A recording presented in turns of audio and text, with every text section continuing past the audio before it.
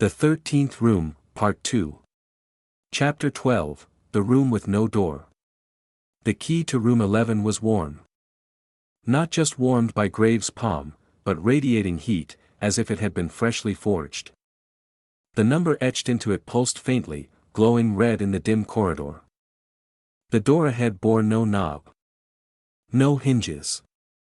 No lock. Just a seamless stretch of dark wood. It shouldn't have been openable.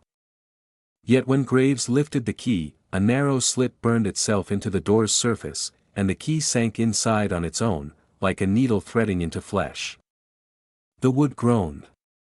Then folded backward in silence. They stepped into a room that didn't know what it was. The space was inconsistent, shifting as they moved through it. One moment a dining room, then a study, then a child's bedroom with scattered toys, each version bleeding into the next, half-formed, like the mind of someone mid-dream. Every few seconds, the scene flickered. Reality bent. And reset. "I hate this," Ezra muttered, gripping the doorway. "This is like walking through someone else's fever." "It's a memory loop," Graves said. "But not complete. These are fragmented, splinters that couldn't be stored in the library." Eleanor froze. "You think this room is broken?" "No," Graves whispered. "I think this room is trying to remember itself." Jonathan stopped near the center of the room. He stared through an open doorway that hadn't been there a second earlier. Beyond it stood a boy, maybe 10, barefoot, dressed in gray, face shadowed. He looked directly at Jonathan. "Don't forget me," the boy said. Then vanished as the room shifted again, this time into a nursery, complete with a rocking chair slowly moving. On the wall, in faint chalk, was scrawled, "I was 11. You were 11. He was 11. We were." The sentence stopped. Trailed off. Graves opened a drawer in a writing desk. Inside was a folded newspaper clipping. He unfolded it slowly, expecting nothing. What he saw stopped his breath. "Local boy found dead in house fire, orphanage claims no records exist." Date, February 2, 1871. A grainy photo beneath the headline showed a young boy with pale eyes. Graves' hand trembled. It was the boy from the nursery. From the photograph. From the mirror. From his own past. He turned to the others. "This is impossible." Jonathan stepped forward. "No. It isn't." He held out a small music box, the one from room 3. It had been in his satchel since then. But now, as he opened it, it played a different tune. Not the original lullaby. But a broken melody, halting, missing notes. And inside the compartment was a single slip of paper. One word. "Remember." The walls shifted again. Now they were in a hospital. A corridor of metal beds. A single name on the patient chart by the door. A. Graves. Suddenly, lights flickered. The walls vibrated. And then, a sharp chime, like glass breaking. The illusion shattered. They were back in the undefined space. The final version of the room had formed. It was a cell. No windows. No doors. Just 4 stone walls, and a single mirror mounted on one side. And on the floor, a figure, curled in on itself, shaking. It looked up. And it was Graves. The reflection stood slowly. His eyes were bloodshot. His face scarred. But there was no malice. Just pain. He walked to the mirror and pressed his palm to the glass. Graves did the same. The reflection spoke. "You gave them your mind so they could build a better one. You gave them your memories so they could test how many times you'd survive them. And each time, you came back. But not the same." Graves asked softly, What am I? You are the echo they couldn't erase. You are the failure that refused to break. You are the 13th, unfinished. The mirror cracked. The reflection smiled.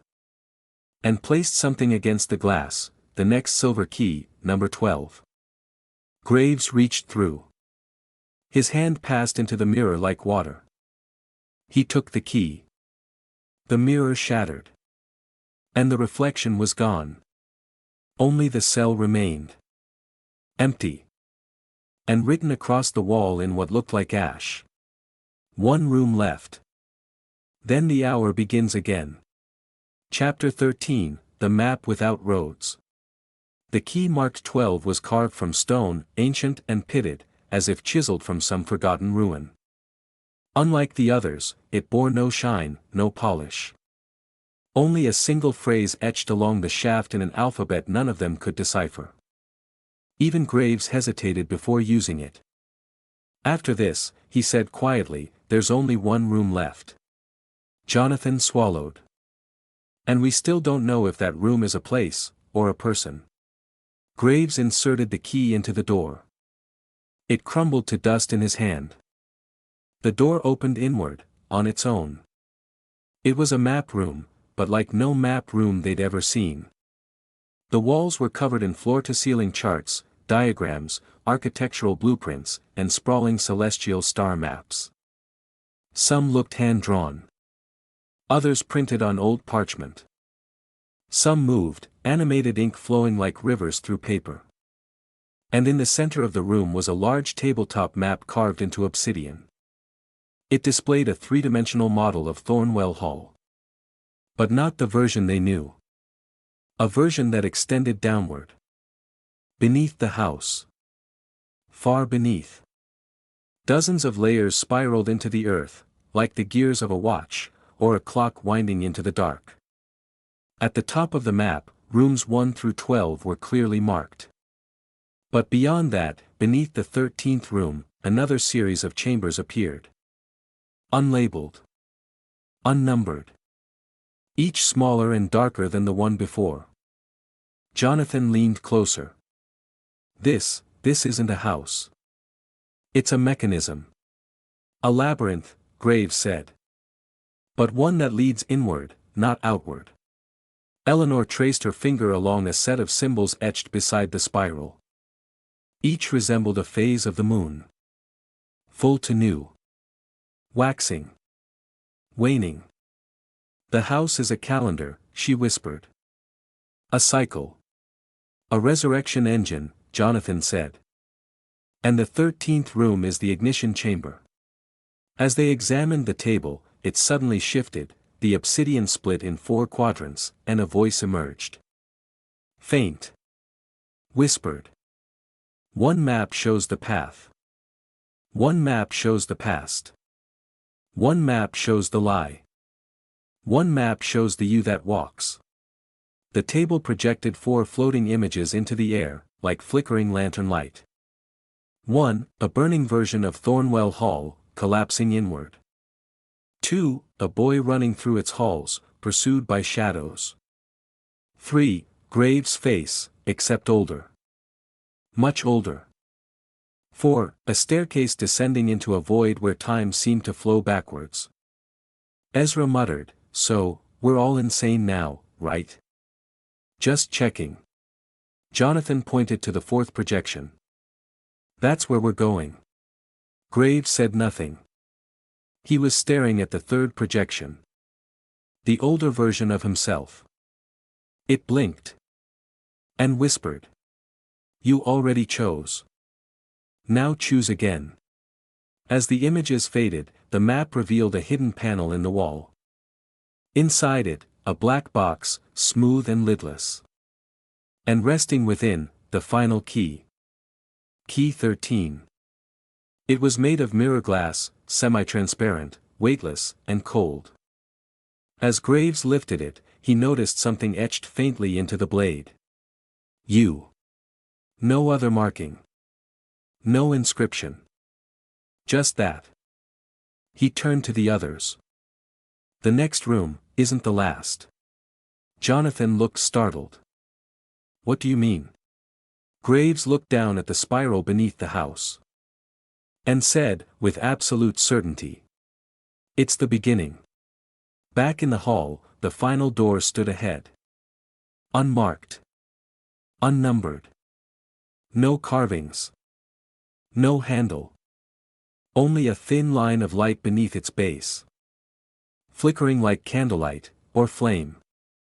And on the walls, the portraits had changed one last time. They no longer showed Graves. They showed his team, Eleanor, Jonathan, Ezra, each standing alone in front of the 13th room. Each one, holding the key. Each one, looking afraid. Chapter 14, The Door That Opens Itself. No one spoke as Graves approached the final door.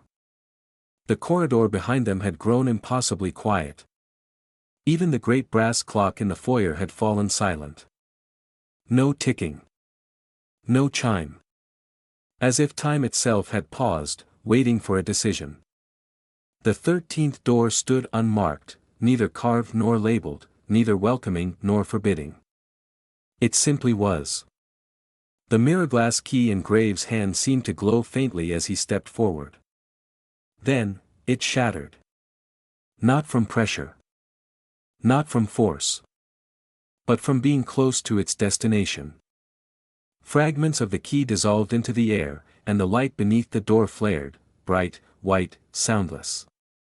Then the door opened on its own. The first thing they saw was themselves. The room was entirely mirrored, walls, ceiling, even the floor. No candlelight, yet everything was perfectly illuminated. And yet there were no reflections. Only copies. Eleanor, standing across from Eleanor. Jonathan, staring into his own eyes. Ezra, walking slowly toward a version of himself who looked slightly older. And Graves. Graves faced no one. Instead, his reflection showed the empty 13th room. Until it began to fill. From the walls emerged 12 figures, cloaked in shadow, arranged in a semicircle. Each wore a mask, some smiling, some weeping, others grotesque. The 13th seat, at the center, stood empty. The masked figures turned toward Graves in unison. A voice echoed. Not from a mouth, but from all of them at once. The circle returns. The vessel arrives. The echo calls to be filled. Jonathan stepped beside Graves. What are they? Graves' voice was low. Judges. Or, memories that believe themselves real. Eleanor touched the mirrored wall. It rippled under her hand like water. This isn't a room, she whispered. It's a mind. Suddenly, a bell tolled. The floor beneath them gave way, just for a moment, and they fell downward into light. But when they landed, they stood again in Thornewell Hall. Not as it was. As it had been. Clean. Lively. Bright gas lamps burning. People talking in other rooms. Servants passing. Laughter echoing. A gala in progress. And at the center of the room stood a young boy, dressed formally, standing beside a man in a black coat. The boy looked up. It was Alistair Graves. The masked figure beside the child held something out, the mirror-glass key. He will forget everything, the figure said. But he will return. Always. The child nodded once. And took the key. The vision blurred. Reality spun back. They were in the mirrored room again. Only now. Graves' seat was no longer empty. He was seated. Hands folded. Staring ahead. But he hadn't moved. The seated version of Graves stood slowly. Walked forward. Reached into his coat and removed a silver pocket watch, the one missing since room 1. He placed it in Graves' palm. It ticked once. Then stopped. The seated Graves turned into smoke and vanished. In his place, the 13th mask lay on the floor. Black. Featureless. Waiting. The walls lit up, shifting from mirrors to text. Etched in fire, spiraling along the dome. To complete the hour, wear the mask. To break the hour, give it away. Ezra turned to Graves.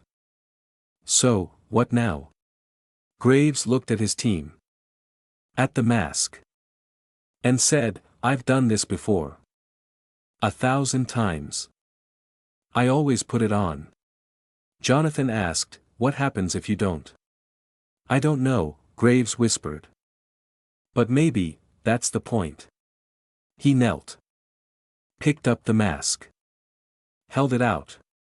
Not to himself. But to Eleanor. Chapter 15, The mask passed. The mask hovered between them.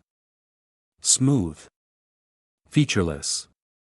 Matte black.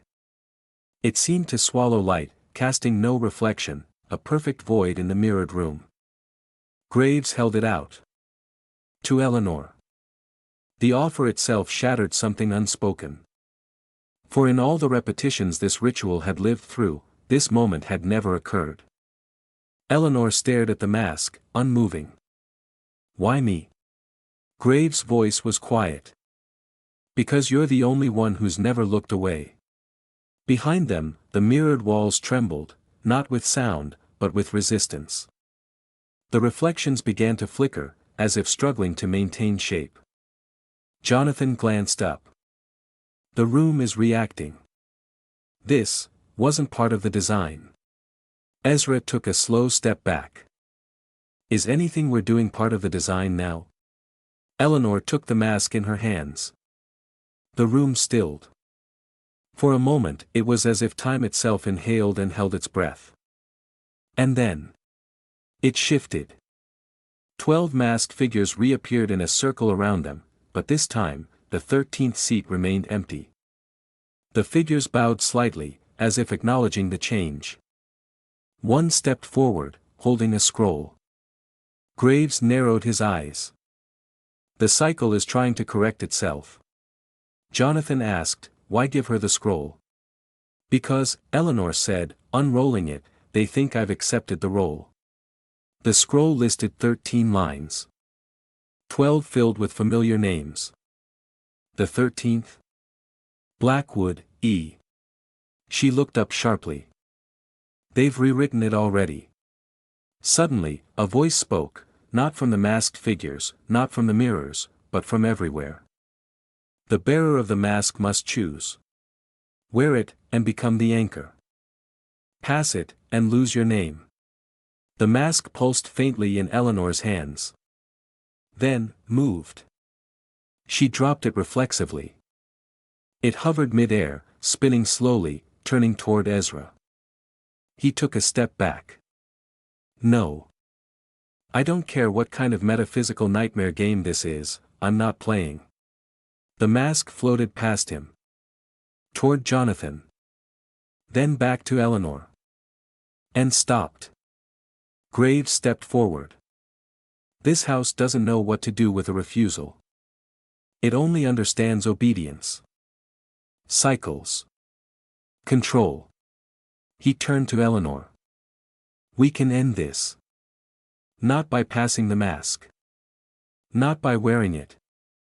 But by destroying it. Jonathan's eyes widened. Can we? It's not made of glass or metal, Graves replied. It's made of belief. Eleanor looked at the mask.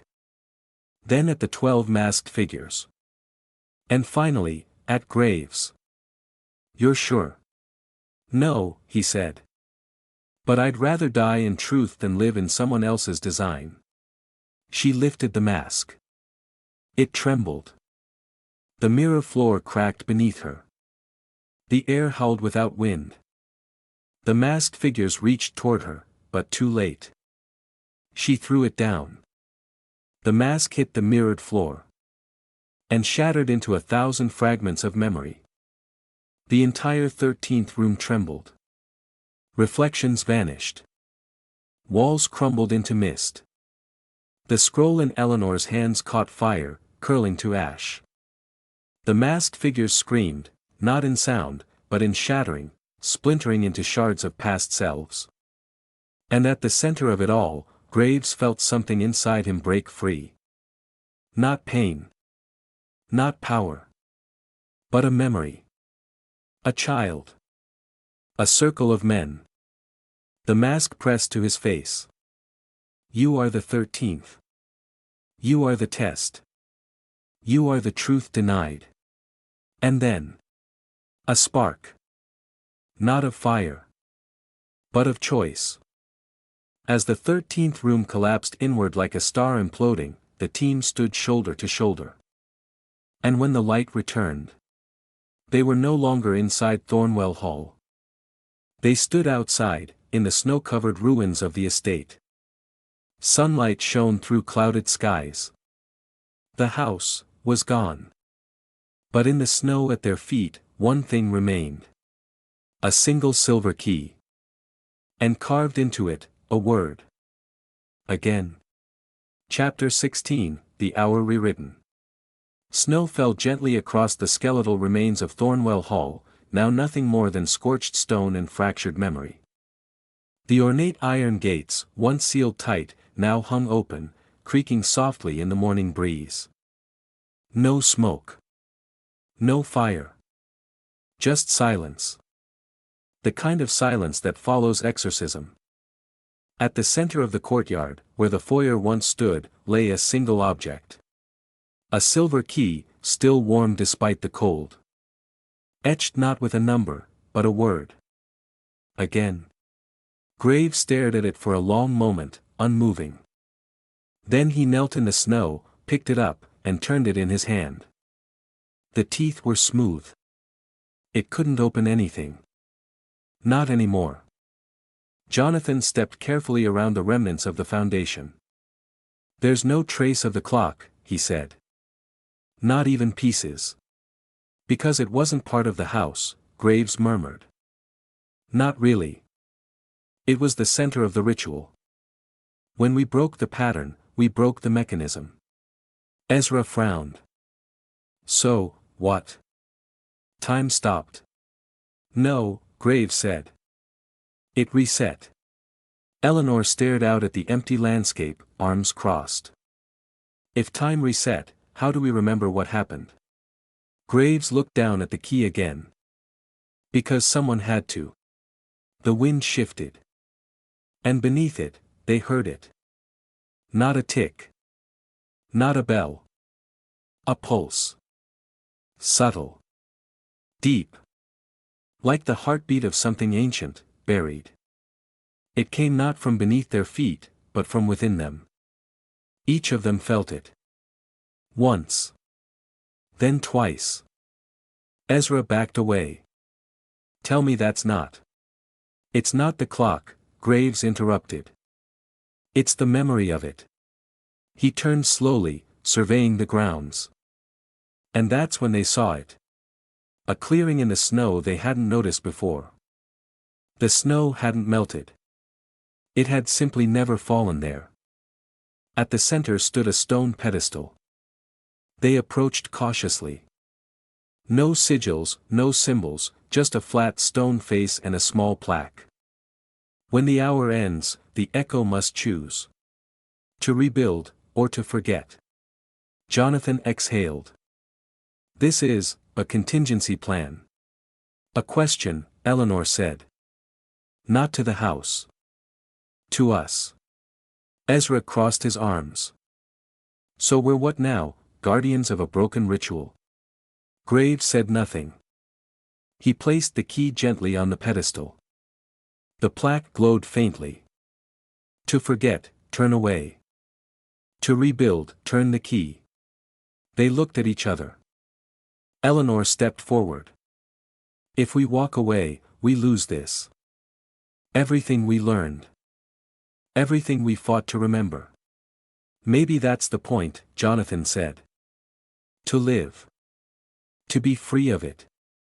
But who protects the next ones? Graves asked. Who stops it from beginning again in some new place, some new shape?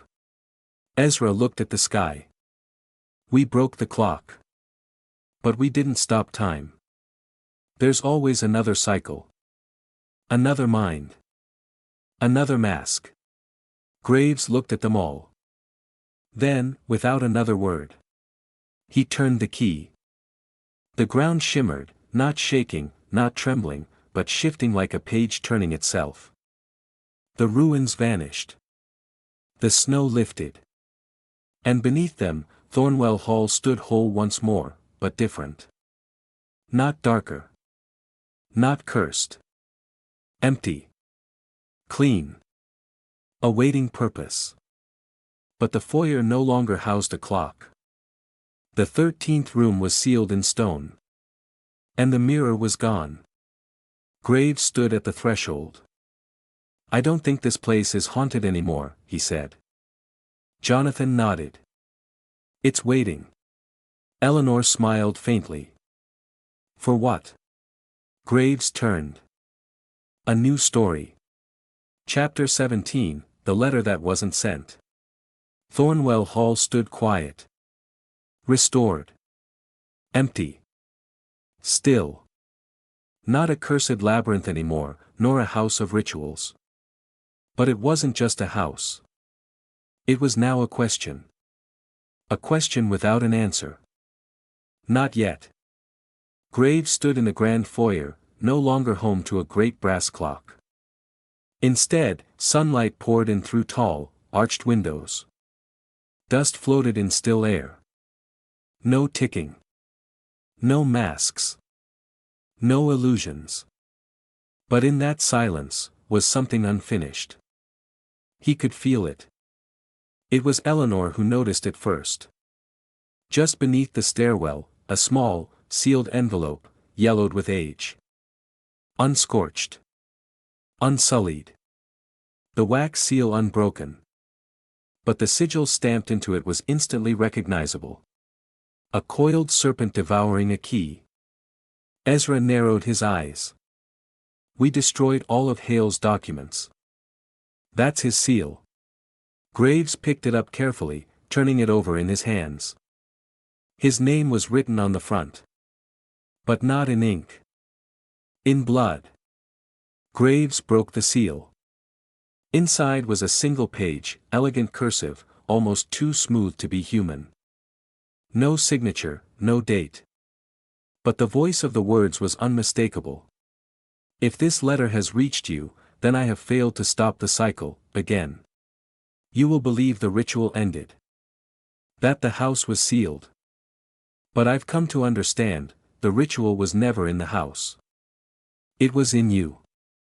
Each time we destroy the hour, it reforms. Somewhere else. In someone else. You are the echo. The memory of the 13th. You will always hear the ticking before anyone else. Graves looked up slowly. The room had grown colder. They went to the east wing, where portraits of the founders once lined the corridor. They were gone. All of them. In their place hung a single frame. Inside it, a mirror. But not a reflection. Instead, the glass rippled with faint movement. Graves stepped closer. And there, deep in the center of the mirror, he saw a boy, standing in a long hallway that looked nothing like Thornewell. Modern. Concrete. Fluorescent lights. A new place. The boy turned toward the mirror. And whispered, without speaking. Is it time again? The image vanished. Jonathan stood silently. It's spreading. Eleanor whispered, it's already somewhere else. Ezra clenched his fists. I thought we ended it. Graves slowly refolded the letter and placed it inside his coat. We ended this chapter, he said. But this was always a recursive construct. Memory creates memory. Echoes generate shadows. He turned to them. We stopped the ritual from completing. But we didn't destroy the knowledge of it. The knowledge, Eleanor repeated, is the seed. Graves nodded. And somewhere, someone just planted it again. As they left the mirror corridor behind, a breeze swept through the hall. They followed it to the study. The fire had long since gone cold. But on the desk was a parcel, wrapped in brown paper and tied with twine. A name was printed across it. To Graves and Company. They unwrapped it. Inside, a small metal box, locked by a familiar rotary dial. 13 letters. Graves turned it in his hand. It had no return address. No note. Just a single stamped word. Paris. That evening, as twilight descended across the quiet countryside, Graves stood alone at the edge of the estate's old iron gate. He lit a match.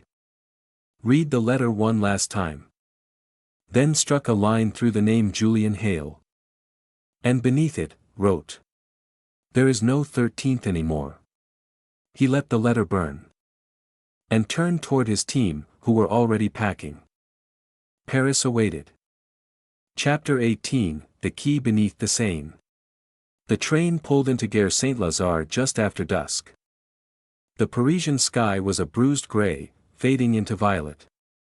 Fog rolled low along the cobblestones, wrapping itself around the iron rails like fingers seeking a grip. Graves stepped off the platform first, coat trailing, silver-tipped cane tapping rhythmically beside his boots.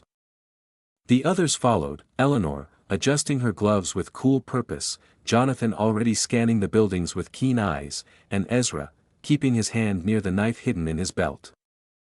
They had received no instructions. No address. Only a box. And a single word. Paris. They hadn't opened it on the train.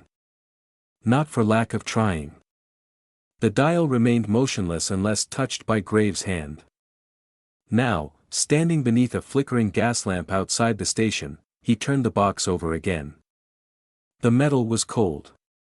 Too cold.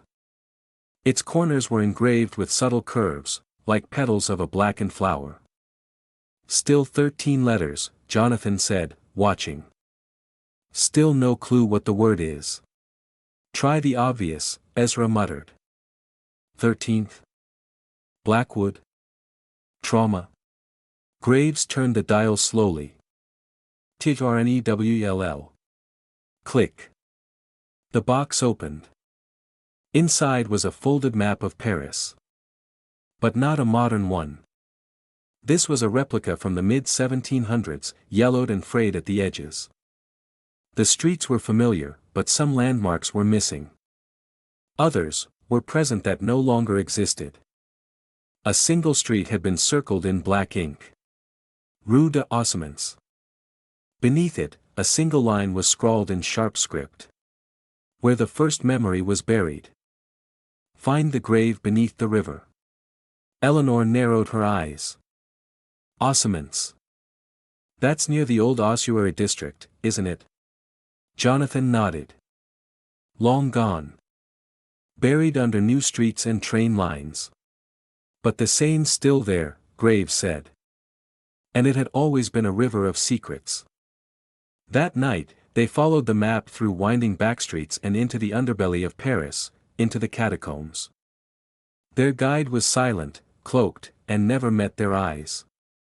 They didn't ask for a name. In the torchlight, ancient walls of bone stared back at them. Skulls arranged in neat rows. Femurs stacked like firewood. The silence was sacred. Eleanor whispered, "How many cities bury their dead, in the shape of a door?"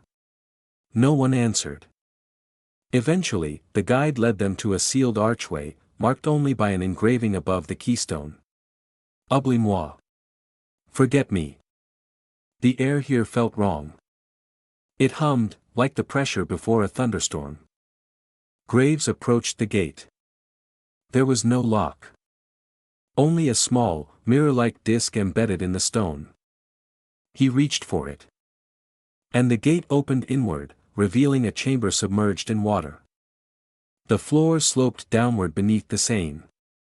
Steps led into the dark. Torchlight illuminated the edge of a room partially flooded. Floating on the surface of the water were fragments of paper, like torn pages from a journal. Jonathan stepped forward and pulled one out. The ink was still legible. Day 1. The boy survived the memory loop again. But this time, he asked for his name. Day 12. I fear he's begun to invent truths. The echo is learning to lie. Day 13. He is remembering without permission. Graves took the final page. There was no date. Just a sentence. This is where I buried myself. At the far end of the chamber, beneath 2 feet of black water, something shimmered. Graves knelt, rolled up his sleeves, and reached down. His fingers found glass. He pulled it up. A small, square mirror, silver-framed, cracked down the center. Its back was engraved with a name. A. Graves. He looked into it. And the reflection smiled, before he did. A voice echoed through the chamber. You killed the ritual, Alistair. But not the idea. Ideas do not die. They sleep. You can destroy the house. Burn the mask. Shatter the hour. But as long as someone remembers you, you remain the 13th. The mirror pulsed. Once. Then fell still. And behind them, the catacombs began to shift. Chapter 19, The Room That Followed. The chamber beneath the Seine was no longer still. As Graves stood, mirror in hand, the water around them began to stir, gently at first, then with increasing urgency. Ripples circled their boots like drawn breath. From the walls, a sound emerged, not an echo, but a hum, resonating in bone. The catacombs had no reason to move. And yet, the stone shifted. Slowly. Inward. Water surged upward from the steps. Not natural water, thicker, tinged with ink, almost black, filled with flecks of parchment and ash. Jonathan shouted, It's rising. Back the way we came. Ezra called out, already gripping Eleanor's arm. But the corridor behind them had disappeared. Replaced with a hallway of doors, 12 of them, lined in perfect symmetry along a corridor that had not existed minutes ago. Each door bore a familiar number. 1 through 12. Eleanor's voice was quiet. No. No, this isn't Paris anymore. Graves looked down at the mirror again. The crack in the glass had vanished. In its place, a reflection now showed all 4 of them, standing in the corridor. Behind them, where no door had ever been before. Door 13. It followed us, Graves said. It rebuilt itself. Ezra snapped, You mean you brought it? No, Graves replied. I woke it. The walls shifted. The doors shimmered like illusions, not real wood, but memory solidified. Jonathan whispered, It's not just a house anymore. It's a concept. The 13th room isn't architecture, it's a parasite. A ritual looking for a body, Eleanor added. Graves looked at his hands. And it thinks I'm still the host. The 13th door at the end of the corridor pulsed, once, twice, like a heartbeat behind the wall. But unlike before, this door was locked. Above it hung a sign made of bone, inscribed with an ancient symbol. Eleanor translated automatically. It says, Only the remembered may enter. Then it's a test, Jonathan said. It wants you to reconstruct the ritual. To do it willingly this time. No, Graves murmured. It wants to see if I need to. Without warning, the hallway opened. The doors faded, and in their place were bookshelves, identical to those in room 9 of Thornewell Hall. This time, however, the books were not blank. Each bore a name. Eleanor Blackwood. Jonathan Whitmore. Ezra Renwick. Alistair Graves. And next to them. Alistair Graves. Alistair Graves. Alistair Graves. Dozens. Hundreds. Each with a subtitle. Attempt 12, failed. Attempt 25, incomplete. Attempt 49, mask refused. Attempt 50, mask broken. Attempt 51, cycle interrupted. Ezra's face went pale. You've been here, that many times? No, Graves said, voice shaking. Or maybe yes. I don't remember. Eleanor looked at him. You're not a detective anymore, Alistair. You're a test subject. In the center of the shelf sat a pedestal. One final book rested there. Untouched. Still. No name on the spine. No subtitle. Just a single mirrored surface for a cover. Graves stepped forward. The others did not follow. He opened it. And read. This time, he chose not to wear the mask. This time, he passed it. This time, he remembered. The mirror above door 13 began to glow. The bones reformed into a handle. It was no longer locked. Graves looked back at them. If I open it, the cycle might start again. Eleanor stepped forward. Then we stay with you. Jonathan added, together, or not at all. Ezra exhaled. But if you go alone? Graves smiled faintly. Then maybe next time, I'll find you again. Just like I always do. He reached for the door. And opened it. Chapter 20, The Ashen Corridor. The door opened not into a chamber. But into ash. A gray mist poured through the threshold, silent and soft like snowfall, except it didn't melt, didn't swirl with wind. It hung in place. Still. Heavy. Graves stepped through first. The others followed without speaking. Beyond the 13th door, the world had become an ashen corridor, stretching endlessly in both directions. The walls were black stone, unadorned and cracked. The ceiling was lost to shadow, the ground littered with pieces of something burned but not destroyed. Pages. Letters. Portraits. Pieces of clocks. All of it coated in dust and memory.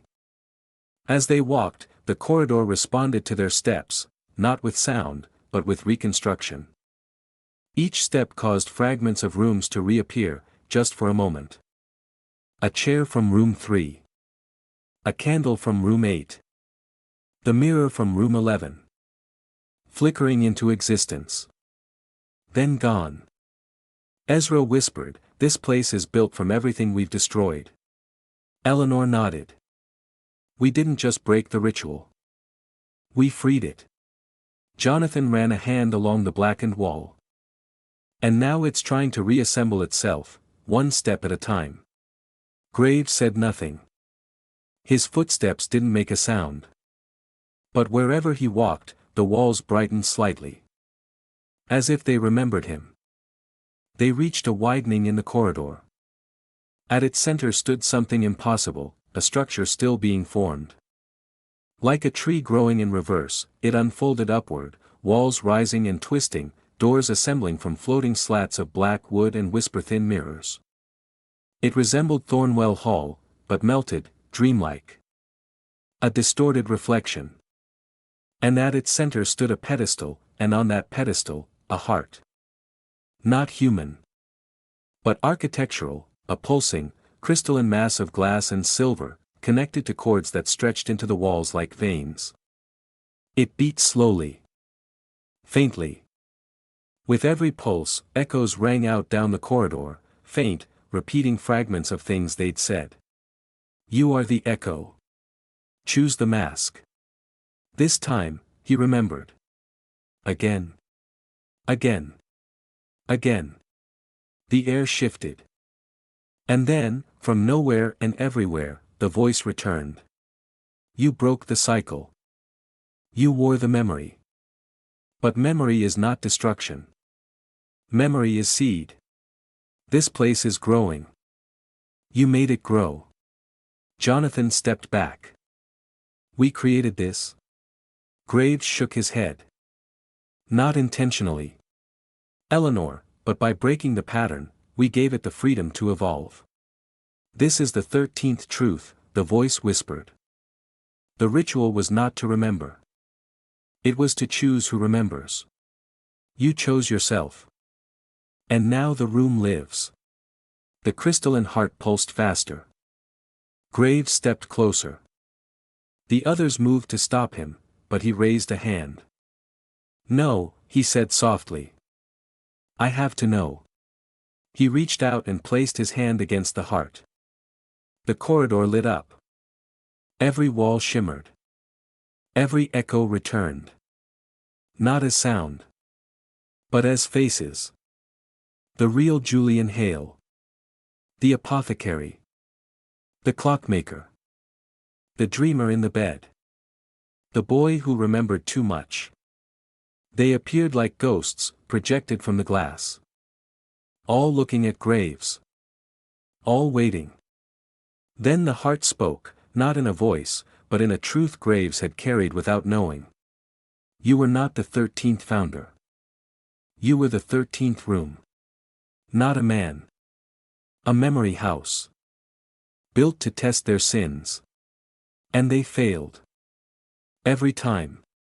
Until now. Behind the heart, a door materialized. Unlike the others, it was made of living wood, pale, veined, and breathing faintly. Its frame was carved with a single word. Exit. Eleanor whispered, is this it? The true end? Graves turned to them, calm and quiet. No, he said. It's the beginning they never allowed. Chapter 21, The Room Without a Name. The door marked exit loomed like a breath held too long. It was not lifeless wood. It breathed. Faintly. Rhythmically. Like the walls of the corridor, the door pulsed with a strange inward draw, not pushing them out, but pulling them forward. Graves placed his hand against it. It was warm. Alive. Waiting. He looked back once at the crystalline heart, now silent, its pulsing slowed to stillness, no longer needing to beat. It had fulfilled its purpose. He turned the handle. And stepped through. Light. White and endless. No walls. No floor. No ceiling. Only space, vast and undefined. Time had no purchase here. Even the sound of footsteps vanished into the void. Graves stepped further. Eleanor, Jonathan, and Ezra followed. But with each step, something changed. Their clothes. Their faces. Their forms, shifted. Not completely. Just slightly. Like the room refused to hold old versions of them. It was not a prison. It was a blank page. And each of them, ink, still wet. At the center of the nothingness stood a single chair. Carved of bone and black stone. Empty. Beside it, a small writing desk. And on the desk, a book. Open to the first page. Blank. Graves approached slowly, hands trembling. He picked up the quill that lay beside the book. No ink. He pricked his finger. And wrote. In the beginning, there was no mask. Only the fear of what it might reveal. The ink soaked into the page, then vanished. But words remained, written in light. The 13th room does not imprison memory. It asks, what will you build instead? Images flickered in the space around them. Not ghosts. Memories yet to be. A child not yet born, holding a book with no title. A house being built in reverse, furniture first, then walls. A clock that runs on silence. A detective with no past, no future, only questions. Jonathan stepped closer to the floating images. Are these stories? No, Eleanor said softly. They're possibilities. Ezra, this place doesn't remember. It creates. Graves smiled faintly. This is what was buried beneath the ritual. Not a truth. A choice. Then the air shifted. Not violently. Not suddenly. But with the presence of awareness. Not a voice. Not this time. But an invitation. The writing desk shifted slightly. The book turned its next page, blank, waiting. On the inner cover, a message had formed. You may write what comes next. Or you may close the book. Graves looked up. At his team. His friends. His family in all but blood. He turned the book slowly to them. Would you like to write it together? They gathered around the desk. And each wrote a line. Eleanor. The blade need not be drawn to feel powerful. Jonathan. Every mystery begins with the courage to question yourself. Ezra. Not every shadow hides danger. Some just hide the scared. Graves added the last. There is no 13th room now. Because we are no longer inside someone else's story. He closed the book. And the room without a name became something. A garden. A street. A study. A future. Chapter 22, The First Hour. The world reassembled itself around them. Not like a spell. Not like a trap resetting. But like a choice unfolding. Where once was the nameless room, now stood a simple study, warm and lived in, fire crackling gently in a hearth, books lining real wooden shelves, a desk by the window where sunlight painted the floor in gold. No masks. No mirrors. No clocks. Only a single timepiece sat on the mantel, an old pocket watch, its face blank. No hands. Just a still surface. Waiting. Graves stood at the window, gazing out onto a street that was not Thornwell, not Paris, not any place he had known, but one that felt possible.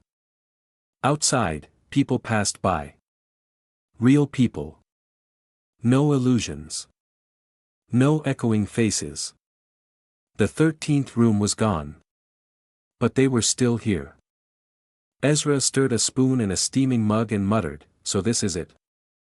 We break reality, and we get a second-hand bookshop with a fireplace. Jonathan was seated in a high-backed chair, nose in a new volume. Seems fair. Eleanor, lounging on the windowsill, smiled. What did you expect? Trumpets. Ezra shrugged. At least some dramatic monologue about destiny. Graves turned from the window, smiling. Destiny, he said, is what you call a prison when you stop fighting it. The blank watch on the mantel began to hum. Soft. Steady.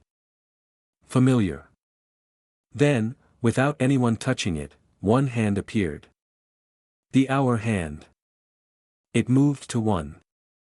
And stopped. Jonathan blinked. It started counting again. Eleanor's eyes narrowed. But why now? Ezra asked, what does the first hour mean? Graves stepped toward the timepiece and placed one hand on the wood. It means this is no longer someone else's story. This time, we write it. On the desk by the fire sat a new book. Untitled. Blank. Leather-bound. The same as the one in the nameless room, but this one belonged to the world now. Graves opened it. He picked up a pen. Looked to Eleanor, Jonathan, and Ezra. Each nodded. He wrote the first line. In the first hour, we remembered who we were. He turned the page. And smiled. In the second, we learned who we could become. The room was quiet, peaceful, and whole. For the first time, in all the cycles, the 13th hour would not come. Because now, they had claimed the first. And the rest was waiting. Epilogue: The Man in the Chair. A month later, in a small city where no maps marked Thornwell and no one remembered the name Julian Hale, a stranger entered a modest bookshop. The bell above the door chimed once, clear, bright, and ordinary. The shop was narrow, sun-warmed, and smelled faintly of parchment and lavender. Shelves bent with time, overflowing with volumes no longer in print and stories no longer remembered. Behind the counter sat a man in a long coat, slightly worn at the collar. He sipped tea from a chipped mug and looked up with tired but kind eyes. Alistair Graves. Still here. Still, himself. The stranger looked around, bemused. Is it true, then? You don't keep clocks in this shop? Graves smiled faintly. I prefer stories that aren't timed. And the rumors? About mirrors? Rituals? A 13th something or other. Graves closed the ledger he'd been updating and stood. He walked over to a shelf marked fiction and ran a finger along the spines. Then pulled out a thin leather-bound volume. No title on the spine. No author's name. Only one word on the cover. Again. He handed it to the stranger. Some stories are meant to be found more than once. Outside, the sky turned golden. Inside, Eleanor was rearranging the travel section. Ezra leaned in the doorway, sharpening a pencil with alarming precision. Jonathan sipped coffee while scribbling in a notepad labeled Chapter 1. And behind the counter, Graves turned a key in the register. It wasn't numbered.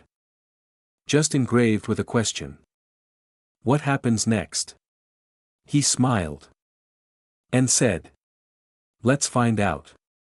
The 13th room has ended. But stories never really do.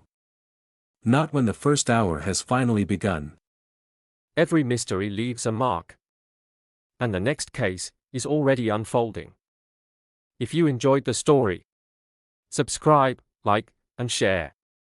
There are more secrets waiting to be uncovered. Join us in the next chapter of A Study in Secrets.